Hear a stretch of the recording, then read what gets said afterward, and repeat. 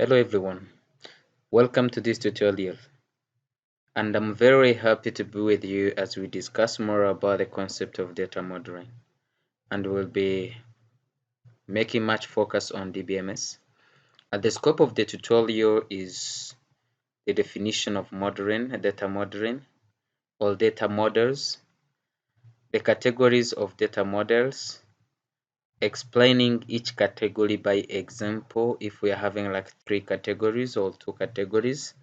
What are the subcategories that can be available in each and every category, and how can we relate that category in our daily working?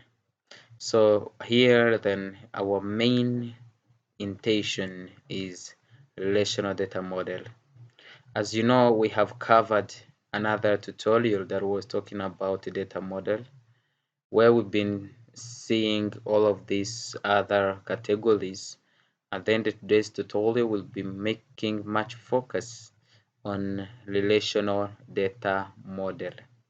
We'll be seeing then what is a relational data model, what are the informal definition that many people are just saying but which is not true, and what are the formal definition of data data modeling using relations, and how can we convert our entity relationship or enhanced or extended entity relationship diagram into relational data model.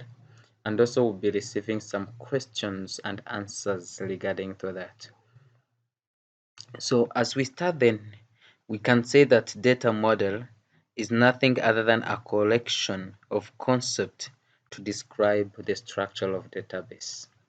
We can say that the definition usually we can say that is let me write a correction of concept, but then why this concept to be there to describe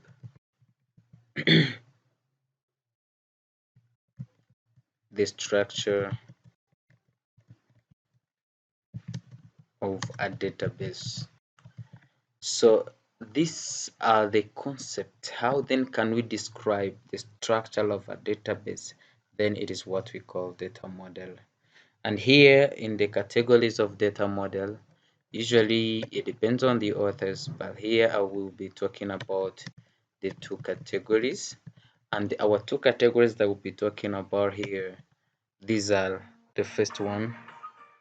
The first category, we can say that we can have what we call object-based logical model, object-based logical model, and also another one which is records-based logical model. These are the 2 categories that we can say. Then here we remember that also data model, it is not only to describe the structure of a database, but also it tells us the basic operation for specifying the data retrieval and also the data updating. It also include all of these basics. Then here, then we can say that in this object-based logical model, we can say that it is where we have our era model, and also it is where we can have our object-oriented modeling. So object-oriented modeling will be seeing all of this. Then here in record-based data model or logical model, then it is where we'll be having hierarchical modeling, data modeling. We'll be having network data modeling, HDM data modeling, and also we'll be having also what we call relational data modeling or RDMS. So here then we can go from one to one. So explaining each and every category. So we are going then to go through each and every category. But in this tutorial, I will not talk more about object-based logical model. I will be talking about record-based logical model. We are going to first go on hierarchical data model. Then after that, we'll be seeing what are the pros of HDM, or representing our data in form of hierarchy, or in form of trees, or in form of one-to-many relationship. Then we go here into the form of many-to-many relationship, where we can also talk about graph representation, and also be seeing what are the consequences or the challenges that this network data model has encountered, so that we can have this model in 1970. So then we are going to explain each and every one. So here, as I said, then I said that data model is a collection of concept, and this concept will be there to describe what? To describe the structure of a database. Are we together? Then also, we remember that then data model, it doesn't only stop from the structure, but also it specifies the basic operations that will be helping us to retrieve data and also to update data. So then here we'll be having the insert and the update, the display, and also the delete in updating, just because all of these all of those actions or all of those operations, they are grouped into these two. Then, as I said, then also here we are having categories of data model, and those categories are object based logical model and also record based logical model.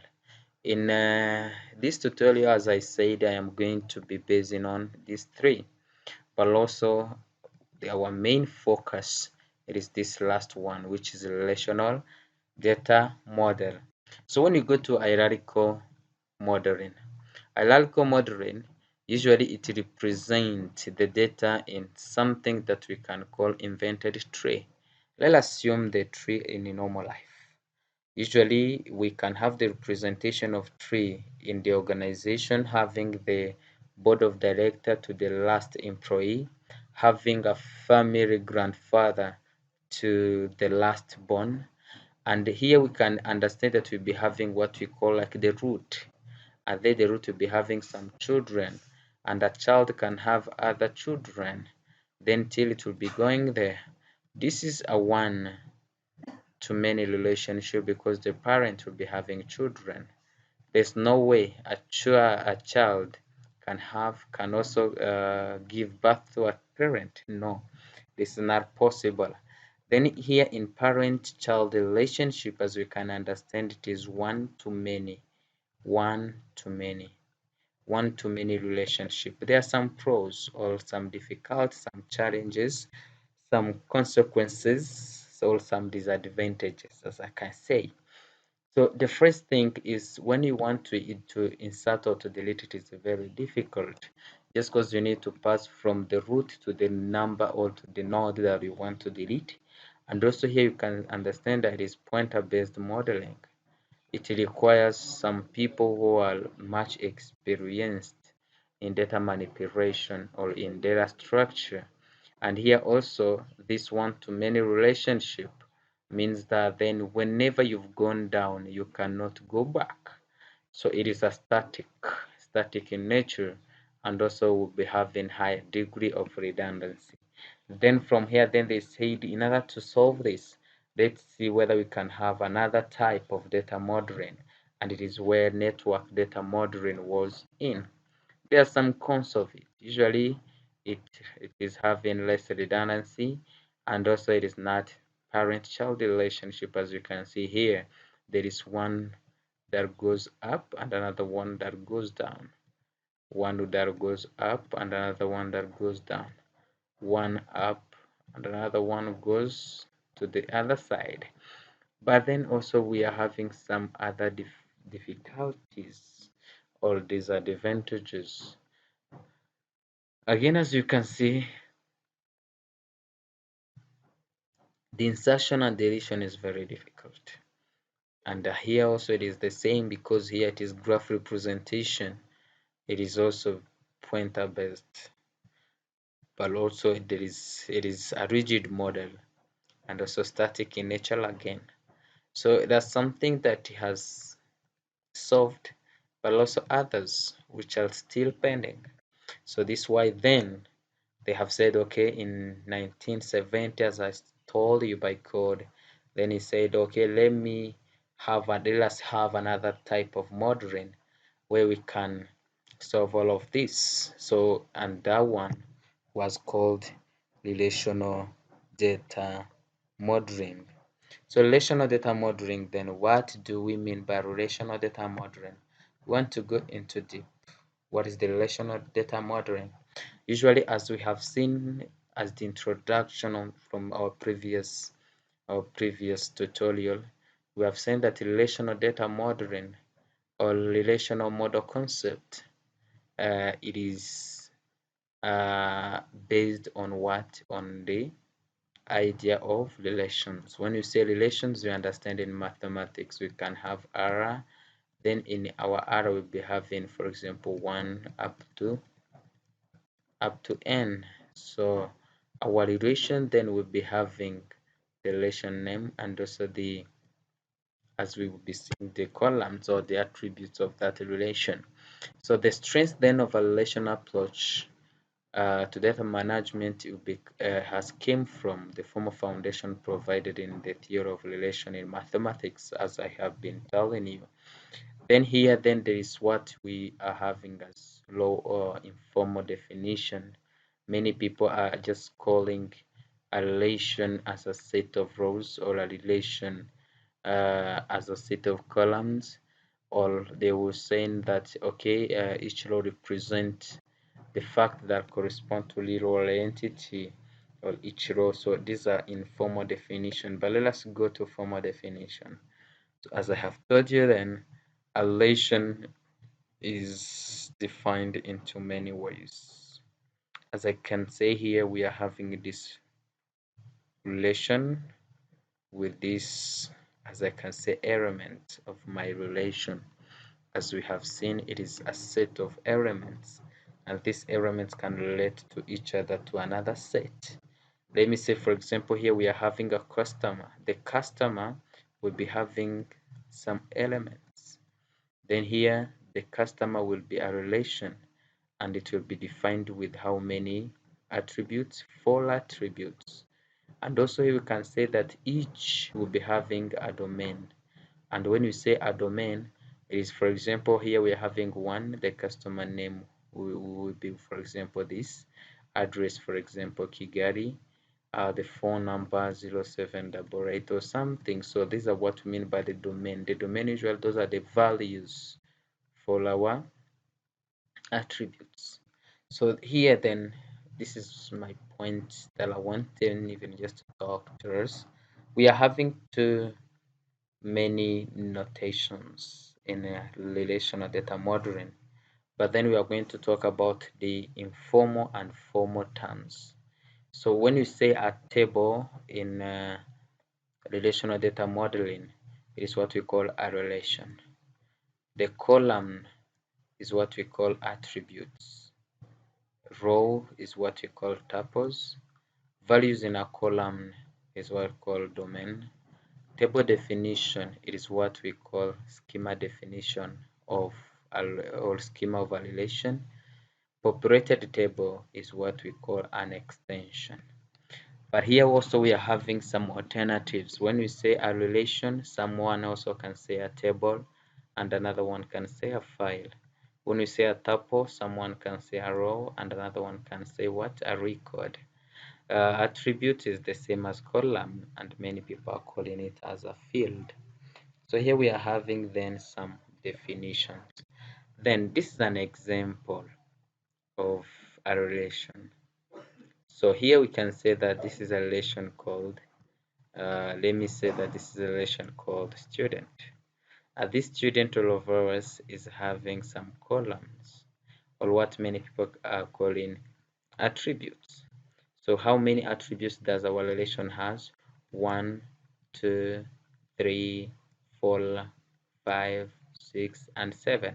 So it means then we are having 7 attributes. Then what is the relation name? The student. Then how many tuples or rows do we have? We are having here the data of 5 objects, or what we call tuples. So, but here then we can see that there's somewhere where we can have null. So null usually means unspecified, or doesn't exist, or unknown. So when you reach to a column, to an attribute where you don't know a value, then you put null. Usually the system, when it reaches there, it will be understanding that the value from there is not known or doesn't exist, which is different to leaving it as empty.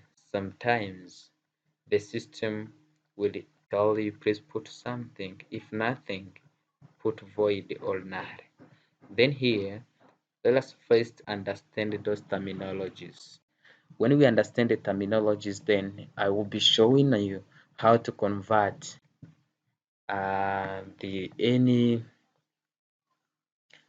diagram into relational data model or relational diagram. So when you say a relation, usually it is a table with columns and rows. It only applies to logical structure of database, not physical structure. When you say a relation, understand table with what? Rows and columns. When you say attributes, you need to understand what? Columns. When you say domain, you need to understand allowable values for what? Values for one or more attributes. When we say tuple, you need to understand what? Rows. When you say degree, then you need to understand number of attributes in a relation. Then cardinality, you will understand then number of tuples in a relation. So it is where we'll be seeing then how are we, what are how many tuples in a relation, or how many attributes in a relation. Then a relational database, you'll be understanding this as a set or a collection of what? Of more than one relation. Many people are saying that, oh, why can't you even, for example, parent-child relationship? Let me only just explain to you like this. Many people are saying no. So in order to make it very easy, can't we have something like that? Let me say, for example, here they said, okay, we are going to have here, for example, let me say this is ID, names, and address. So for example, this is one, then Gwiza, then let me say, for example, Kigali. This is two, then let me say this is Thierry, then he's coming from let me say, for example, Gabo. Let me say three, let me say Kayala, then it's coming from Chad. So but then here, as you can see, these are our columns header. But in our columns header, again, you can see that, for example, let me say that, for example, Gwiza is having one child.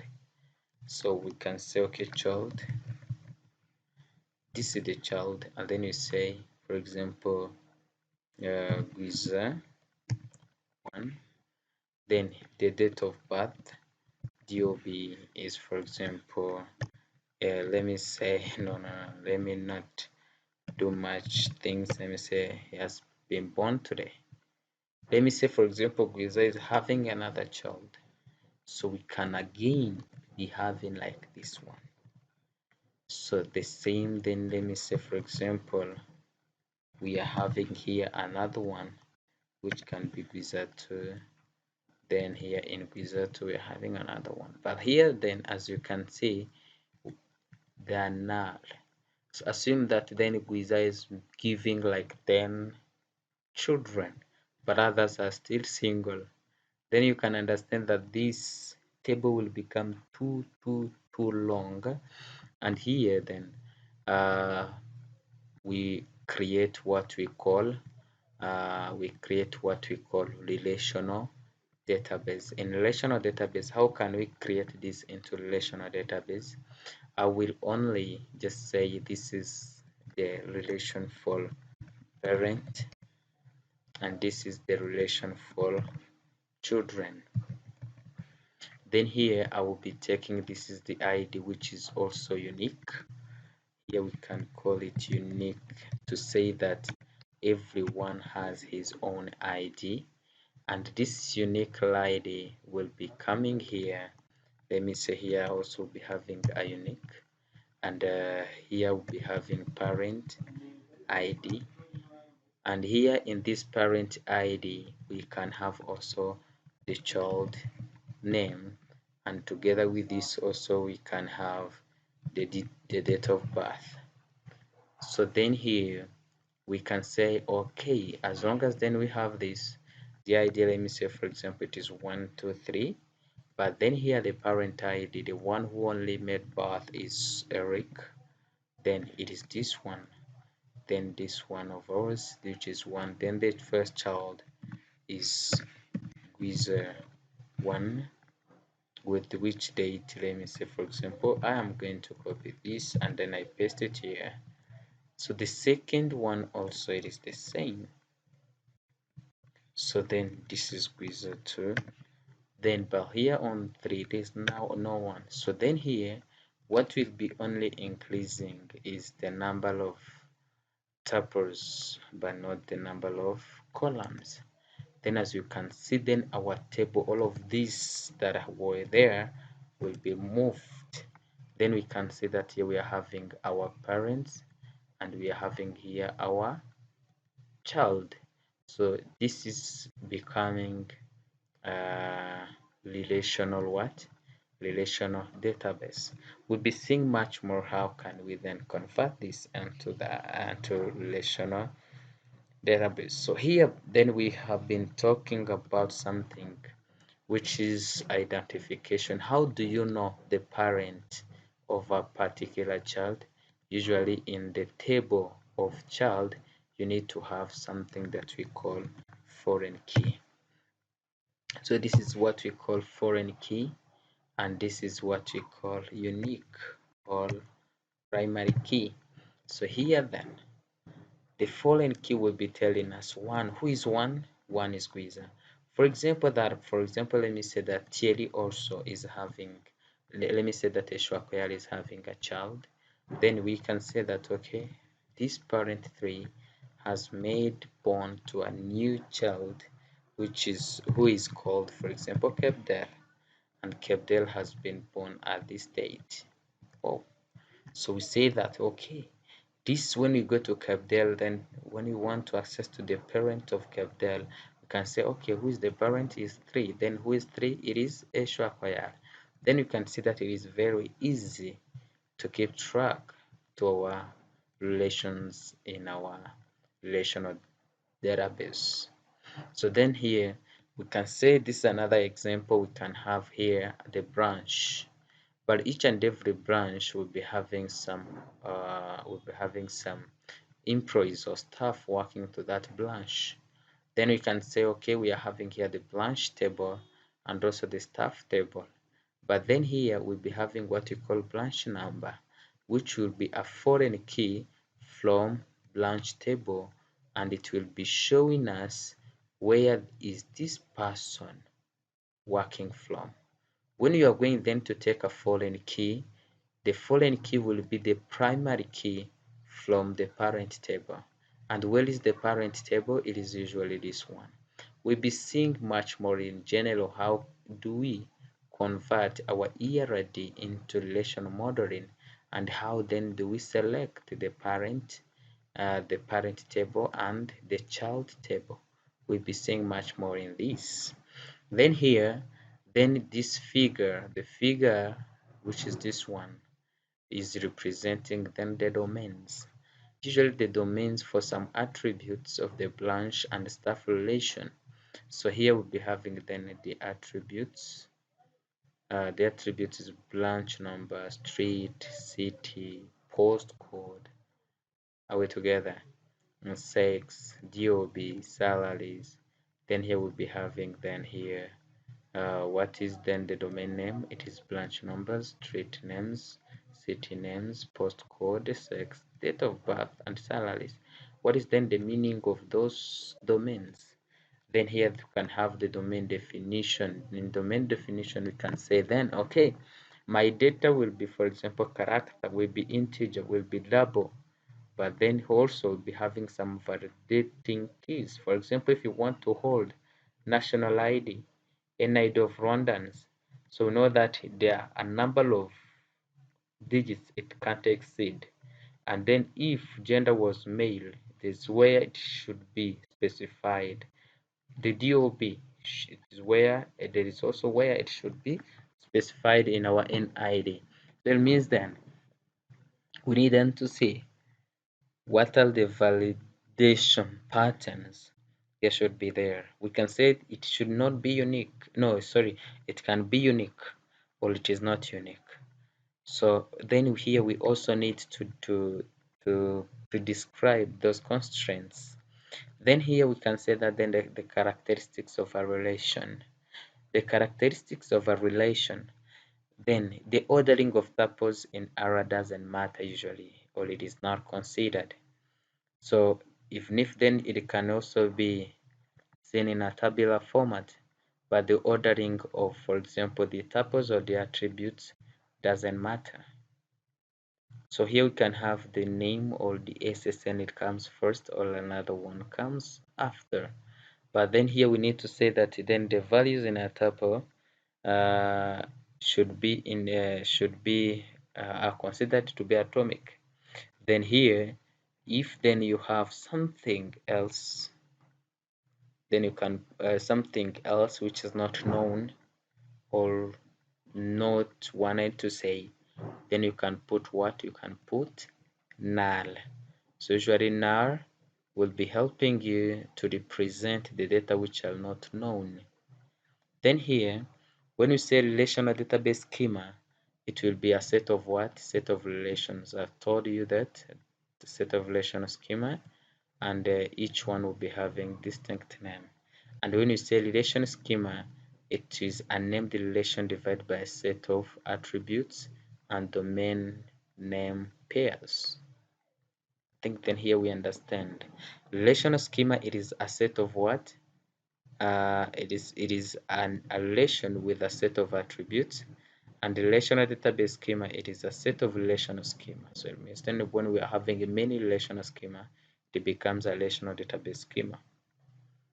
So then property of each and every relation, the first one is the relation name. And here we cannot say that in a relational database schema we are having a relation called student and another relation called student. So it should be distinct from all other relations named then. We don't have duplication in there. Each cell then in our relation will be containing exactly one atomic value.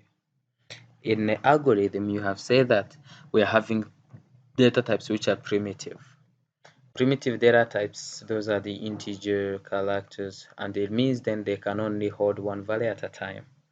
So here also each and every cell and relation will be containing the exact one exact atomic value, and also each attribute should be having a distinct name. When we say like this is an attribute, and then this is the name of the attribute, the name of the attribute, name of the attribute. This is the name of a relation. Yes. And then here, the values of the attribute are all from the same domain. What do we mean by here? Here, for example, we are having an SSN. So these are the values of this attribute. Then assume that here, then other than having this number, we are having, for example, dog. So which means they are not from the same domain. So if it is names, then names. If it is SSN, then SSN. If it is date of birth, it is date of birth. Then here also each tuple is distinct. There are no duplicate tuples. When you say tuple, let me say for example that here we are having, for example, this Rohan Panchal, this one tuple or one row. Then assume that then we are having another row with the same values as that one. What will be that? It is null allowed. And also here, no significance in ordering tuples or attributes. So here then we are having something which is very important, which are called the relation keys, or what are the keys in a relation. So the keys in a relation, then we'll be having what we call the super key. The super key, usually it will be a set of attributes that uniquely identifies a tuple within a relation. This is what we mean by super key. It will be uniquely identifies a tuple within a relation. Then the candidate key, usually it is a set of those it is okay. Usually it is a set of keys to where we can select the primary key. We can say, for example, let me say, for example, if we are having, for example, student, we know that usually each and every student will be having specific parents, and each and every student can have a specific national ID. Each and every student can be having a specific student ID. Then those are the candidate keys to be selected from, where the primary key can be selected from. And then at the end we can say, okay, it is not good, because what if then one student is having the same as another one as the parents? Then parents is not good to use parents as the primary key. Then we finish by saying let it be student ID. So then it means then we had candidate keys, and through this candidate key we have been able to select what? The primary key. Then here the primary key will be identifying tuples uniquely within a relation. So here then we'll be having also what we call alternative keys. Alternative keys, usually those are the other ones that we didn't select, like for example national ID and parents. Those are the alternative keys. Sometimes there's some people who says no, we don't want to throw them away. Let us have a composite primary key that will be made of primary key and also those alternative keys. So it means then we need also to keep track to this. So what we are having also what we call foreign key.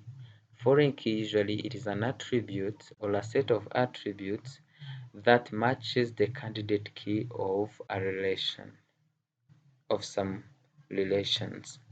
And here usually the foreign key will be identifying the relationship of one relation to another.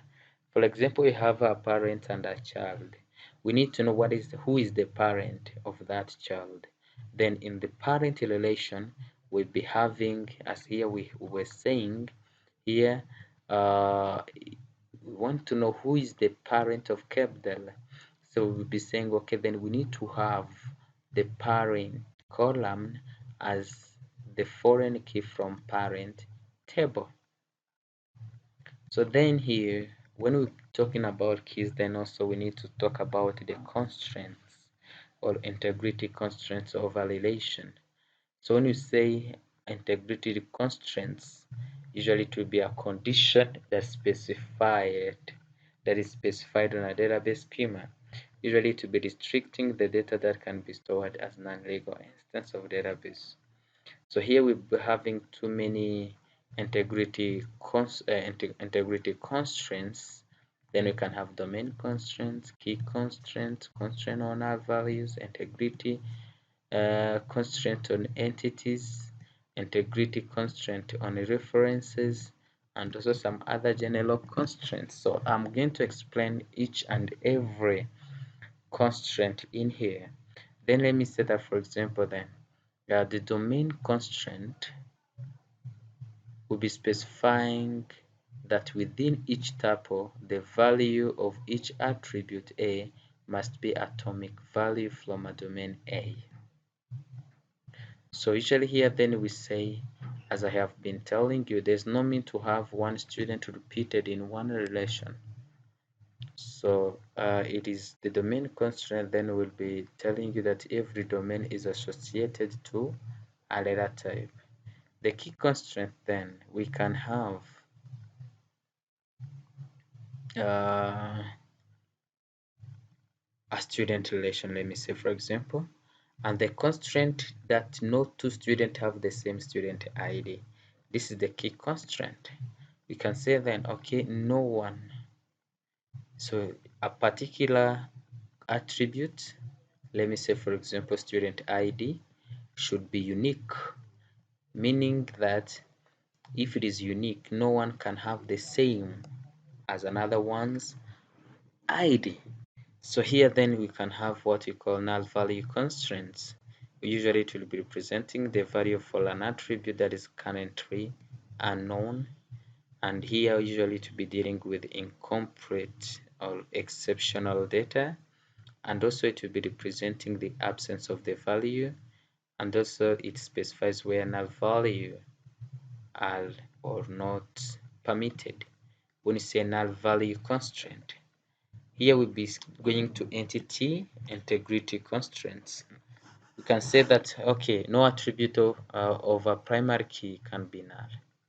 This is integrity constraint. The integrity of a primary key says that not null. It means then if you have said that this is a primary key, it should not be null. Referential integrity constraint. It is where we are talking about references or foreign keys. So usually the foreign key or the foreign key value, it should also match with the candidate key value for some tuple in home relation, or where we can call the parent.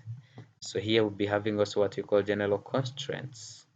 These are the rules and the regulations that will be put in place by database admin so that you can enter. For example, let me say, for example, the database admin have said no, each and every one to access the system should be having this and this, or for example, the mean on the transcript of this one, or he or she should be able to access to the system to this particular time, for example, from 2 p.m. to 3 p.m.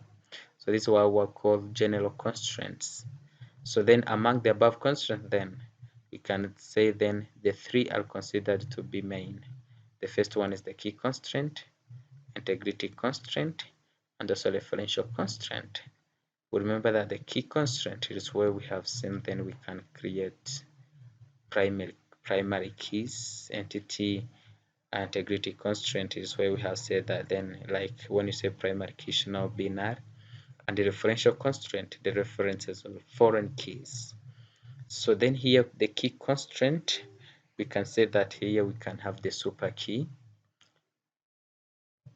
we can have those primary key, the candidate key, and also what many people are calling the chosen keys. So usually when you say super key, a set of attributes super key for a relation such that no tuple in any valid relation instance will have the same value for a super key. So this is for a distinct tuple like T1 and T2, where then R for the other relation and T1 for SK relation, then also this one should not be the same. So this for the key constraint. But then here let us just have for this, let's say we have an example. We are having a relation called car, and in our car we are having state and leg number, and others. Those are the remaining attributes of this relation. So what do we mean then here? So here we can say that then we are having keys, and the key one is this state and leg number, and the key two, it is this one's the serial number, which are also super key. And the serial number make is a super key but not a key, because here the serial number usually also you will not have deprecation in serial numbers. I think then we are understanding this. So this referential integrity constraint. So in order to understand this, then let me first talk about the operations in a relation. Then after this, I'll be talking about the views. Then I am going then to show you how can we map from ERD to relational modeling, relational data modeling. So here then, we are having some operations that can be done in here. The first one, then we can say that then the operations of a relation can be categorized into two in update. And when we say update, it is where we can have modify, delete, and insert. When you say update, you need to understand these the three. Then when you say retrieve, it is retrieving or selecting data. So then here we can say that then here integrity constraint should not be violated by update operation. So we can't say that, for example, we are having an integrity constraint that says each and every tuple should, for a particular attribute, we don't have deprecation. And when you are going to update, you put the deprecation, also it should control the update activities. And also here, several updates operation will be have to be grouped into together. So then here, when we say updates, we understand modify, insert, and delete, but also we can have others, but then the main ones are those three. So then here we can say that then update can propagate to cause other update automatically. So let me say, for example, I am going to show you a very simple example. We had, for example, this one, and we are having a table called a relation called relation for customers,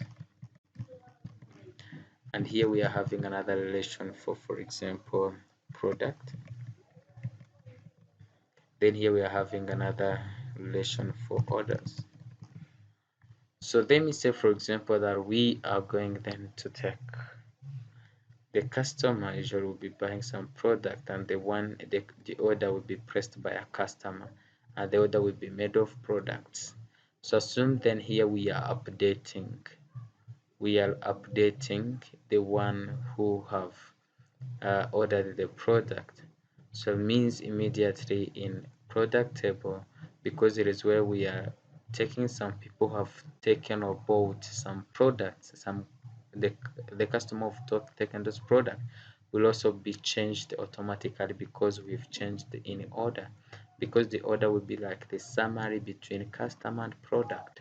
And sometimes then here, when you are changing in one relation, it can also change in other relations automatically.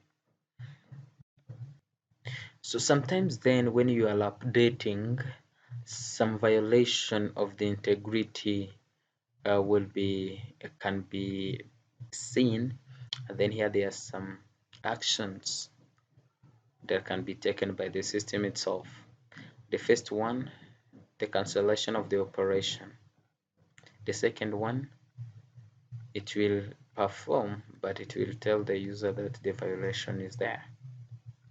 The third one, the violation is corrected, and here,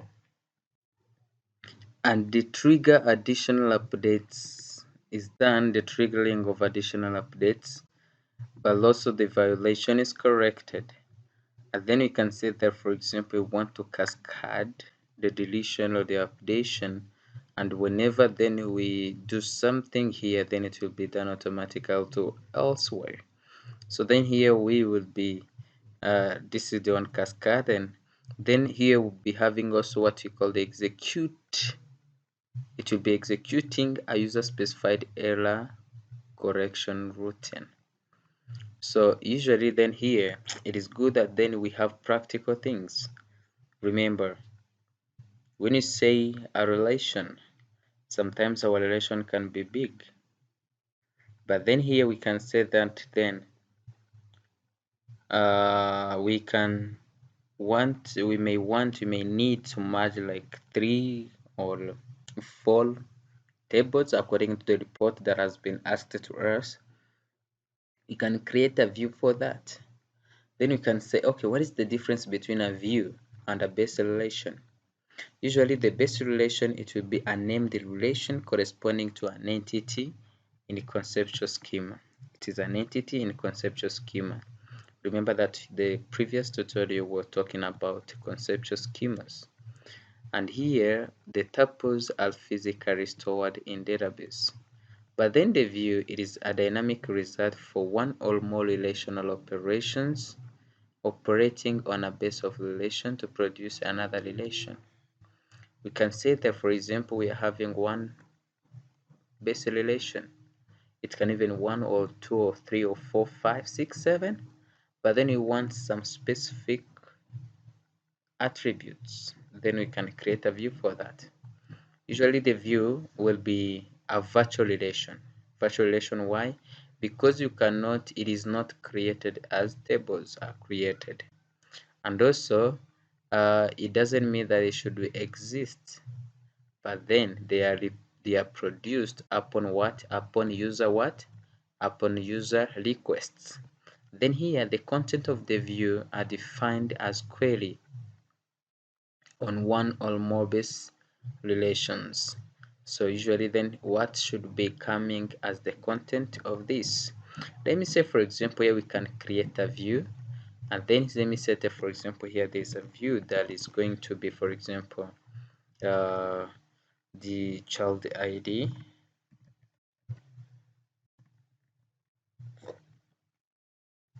Let me even just say child name. Want only to select the name, child name. Then here we can have what we call parent name. And let me say, for example, the address of a parent. As you can see, this table of mine, if I am to create this, there's no way I can have like this. No way. I don't have any relation that is like this, but then I'm having some basic relations where I can retrieve those data. Then here, then I can say, okay, here I'm having these people. Those are the child name. And also here I am having this, and also the last one. Then you can see, then I am able to have this. Let me say, for example, this is for Kigali, and also this is for Chad. So as you can see, then usually this is a view because I don't have any relation that is called this view.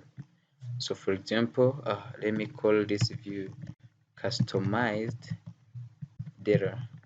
When you say customized data, this is a view that I've created according to the boss request. Then I said, let me create a view that will be helping me to visualize the virtual data, the virtual relation from the base relations. I think you understand. Then here will be the purpose of the views. Usually, it provides powerful and flexible security mechanism by hiding the parts of the database to certain users. You can say, for example, want the list of users, but then the person to whom we want to give the list of users is not trusted to be given also the password. But then in users relation is also where we are having password. It is good then that we hide those password to that user. Secondly, it permits users to access data in a customized way. Assume you have a relation with, for example, let me say 40 attributes. Then it is very difficult to read from this. So as long as then someone needs only emails of the student, it means then we can only have the ID of the student, names and emails.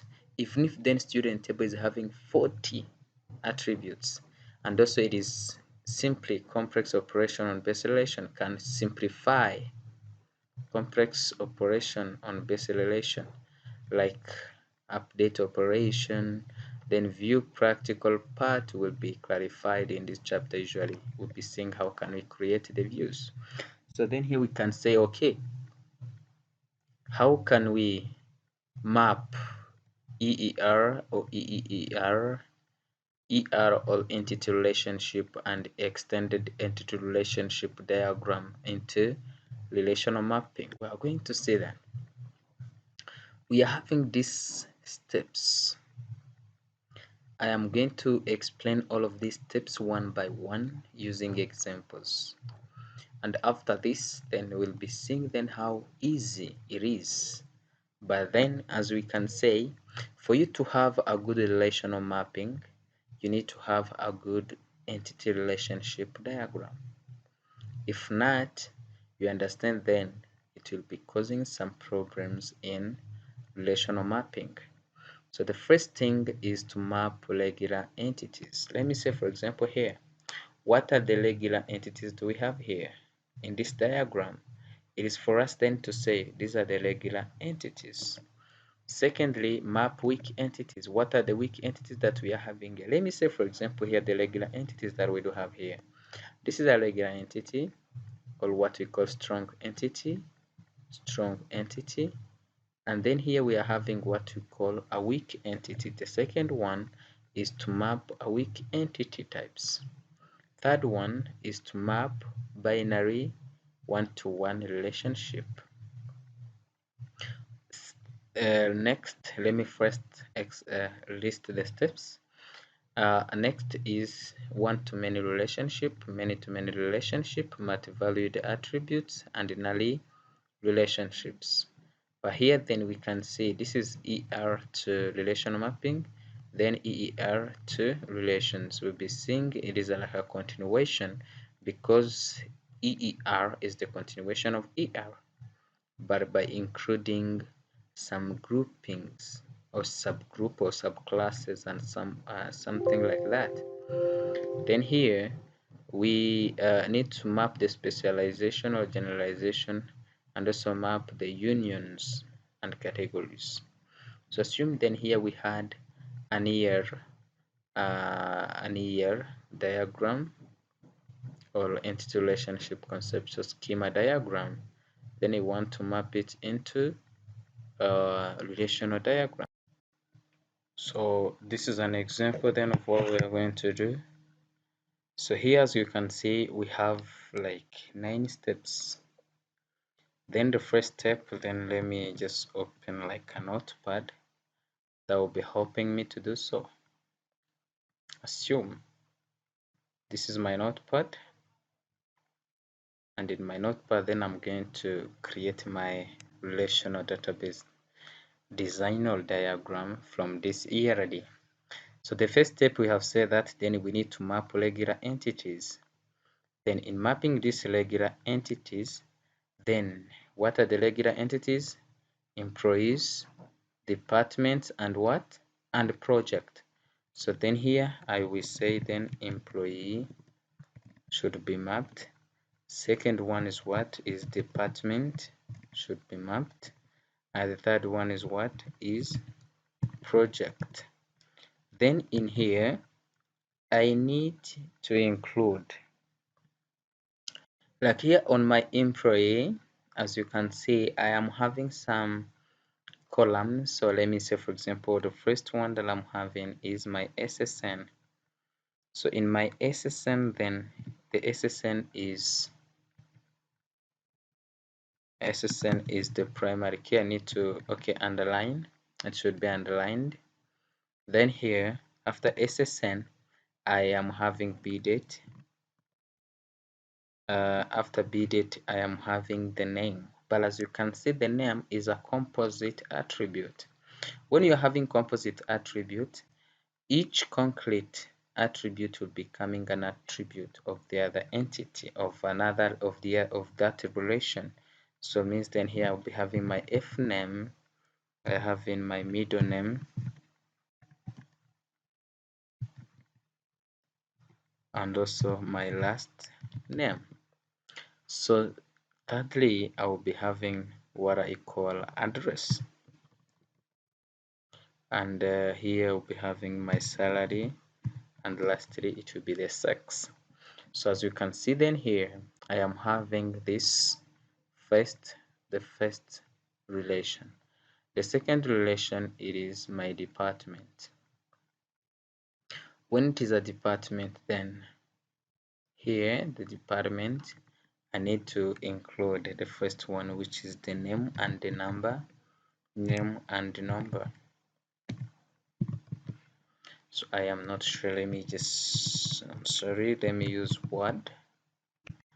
Then in Word, because it is where I'm able to underline something so that I will be going from one step to another. So I want us all to understand this at the same level.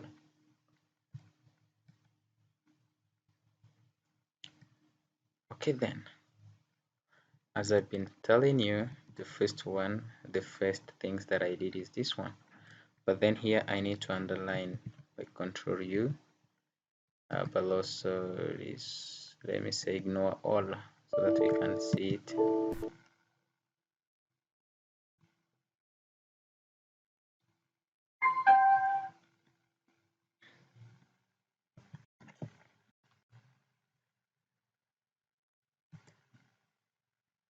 Then as we can see here, then we are having our employee table created and our department table created. But here on the department, as we can see, then the department name and also the number are composite primary key. So it means all of them should be underlined. So then we go to project. So we can see that here we are having the project name, number, and the location. But you can ask yourself then why this location is not mapped. I will be showing you then on the step to map a multi-valued attribute. Then here on my project, I will be having the first one, which is the name, second one, which is the number, the third one, which is what? Which is location. But then here this name is underlined and this number is underlined. So this was the first step. As I have told you, the first step is to map what? Regular entities. We finished to map these regular entities. Then we need secondly to go into deep. Then we go to the second step, which is mapping weak entities. And what are the weak entities do we have here? Usually it is this dependent. So then I need to come here and write my dependent, and by dependent will be having, usually it will be having the name. When you're going to map a weak entity, the primary key or the unique identifier of that weak entity will be made of the primary key flow of it plus also the primary key of the parent entity. So it means then, so this is why I need first of all to come here and then I say employee ESSN together with this name as it is written there, and with my name then I will be having 6, as we are having other bdate, and also here we'll be having what we call relationship. But then here the name and also the ESSN will be the primary key of my weak entity, which is called dependent.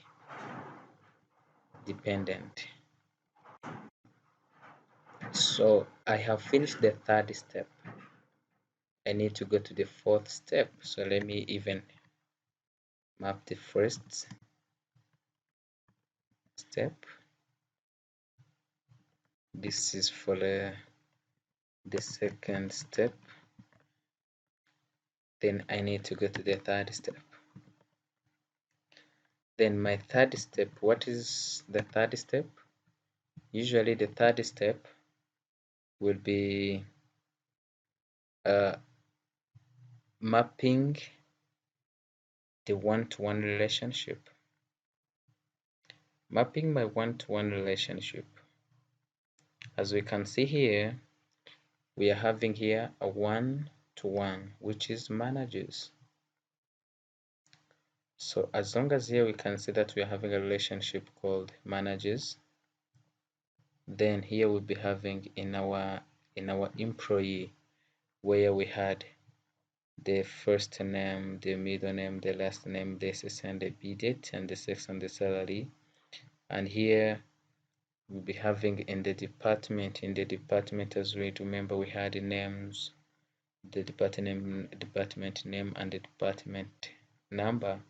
Then we need again on the third step on our one-to-one to create, we need to create something or to modify the department, and our department will be made of former attributes. But then because here we are having a relationship which is the one-to-one relationship, I need also to include who is the manager SSN. And as you can see here, when you are managing, you need also to keep track on what? The start date. Yeah, then I also need to keep track on what? On start date of the employee. So then this is the third step. The third step, as we've been saying, it was one-to-one relationship. So but here then we are having another relationship between employee and the department, which is one to what? One to many. And usually when you are having one to many relationship, as to be simple as that, we need to keep the foreign key. We need to keep the foreign key of the other entity where we have many, or on the many side. Simply, we can say that then here we need to come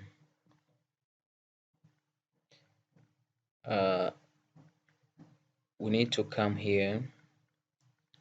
Let me even just draw them.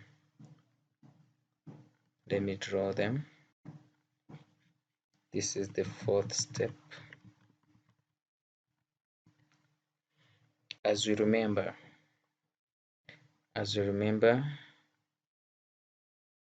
we had this employee. Okay, we had this department.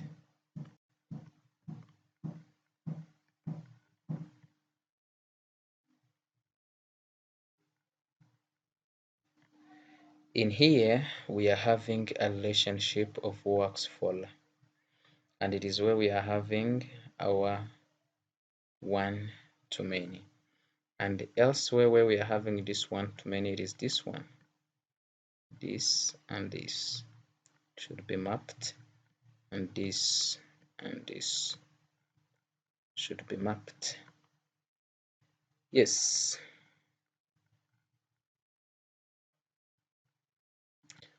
So usually then here I need to take back my this. So then here, as I've been telling you, we need to keep track to the primary key of the department into employee, because many side is employee.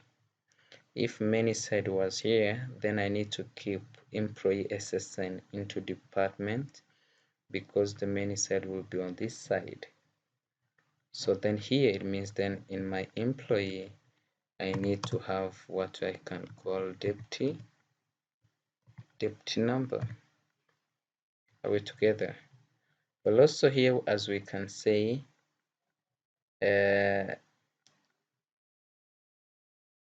if we are having this SSN, and the employee can also have the supervision of himself or herself, which is also one to many, but self-supervision. So it means then here we need to know who is the supervisor or super SSN, as I can say, super SSN. So then here we are having this. I want us to go together by step by step together. So it means then here I am having these two added columns. The first, then sorry, not columns, mobile attributes, depth number and super SSN. Why super SSN? Because an employee can supervise other employees one to many, and also in one department you can have many employees working in one department. So then we have finished with this, but also remember that here we are having another one to many, which is project. It means then in project we need to have department number. I think you understand. So then here I need to come here and I copy this project. Let me come here back. Then here in my project I need to have something like depth number.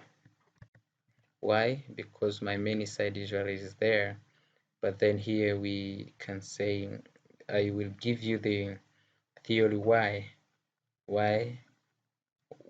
it should be like that, but this is like a shortcut that will be helping us as professionals how to do that. So this was the fourth step. Then the fifth step is, as we know, it was mapping binary many to many relationship, which was the fifth step. And the fifth step, in the fifth step we can see that here what is many to many. Here many to many. When it is many to many, what do we do? When it is many to many, then the relationship itself, it becomes a relation.